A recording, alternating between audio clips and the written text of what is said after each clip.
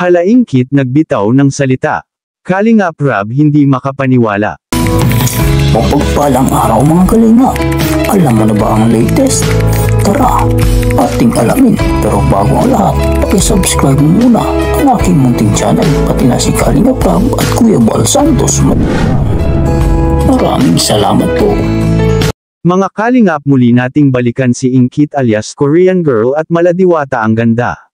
Sa huling video ni Kalingap Rab patungkol kay Ingkit noong time na pumunta sila ay muling naghatid si Kalingap Rab ng mga pasalubong para sa kanila Ingkit at allowance din para sa pag-aaral ni Ingkit at para sa kanilang mga pangangailangan.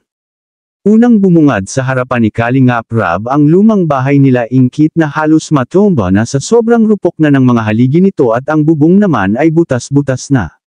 Dahil sa sobrang rupok na ng haligi ng kanilang bahay ay tinali na lang nila ito sa puno ng kahoy upang hindi matutamba ang kanilang bahay. Sobrang nakakaawa ang kanilang kalagayan kung ating titingnan ay karapat-dapat talaga silang mapagawaan ng bahay.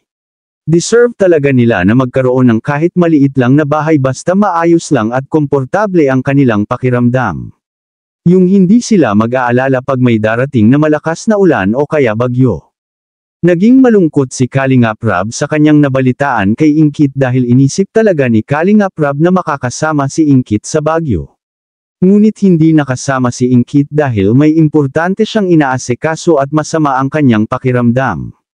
Kasabay din ng masamang panahon dulot ng bagyo. Kaya nag-aalala siya sa kanyang mga magulang kapag sumama siya. Dahil siya ang tumatayong breadwinner ng pamilya nila. At ngayon ay dumako na tayo sa pinakaugat ng ating kwento mga kalingap. Labis ang pagkagulat ni Kalingap Rab kay Ingkit dahil nagbitaw ito ng salita, at Kalingap Rab hindi makapaniwala. Ayaw ni Kalingap Rab ang mga ganitong pangyayari, dahil siya ay nasasaktan, hindi na kasi ma-handle ni David ang pangbabash sa kanya. Malamang ito ay dahil doon sa kanyang ginawa noong nakaraan na gusto niyang makahingi ng friendly kiss kay Viancy at kumalat pa talaga ito dahil doon sa interview din ni Kuya Val at mas lalo pang napag-usapan ng netizen si David. Sa huling vlog no Kalingap Ra kay Ingkit ay namaalam na si David at kanya nang tinatapos ang kanilang love team ni Ingkit. Dahil ayaw niyang madamay pa si Ingkit, sinabi pa ni David na okay lang kung siya lang ang magdusa. Basta't wag lang idamay si Ingkit. Dahil napakabait ni Ingkit at ayaw niyang madamay ito. Walang magawa si Ingkit at si Kalingap Rab kundi mapaluha at masaktan dahil ibang love team na naman ang magwawakas. Tagas sa puso ang sakit at lungkot na naramdaman ni Ingkit dahil kahit papaano ay naging part ng buhay niya ang love team nila David.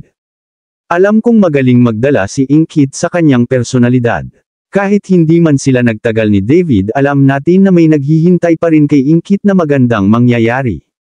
At Ingkit may sinabi at binitawang salita at Kalingap Rab hindi makapaniwala.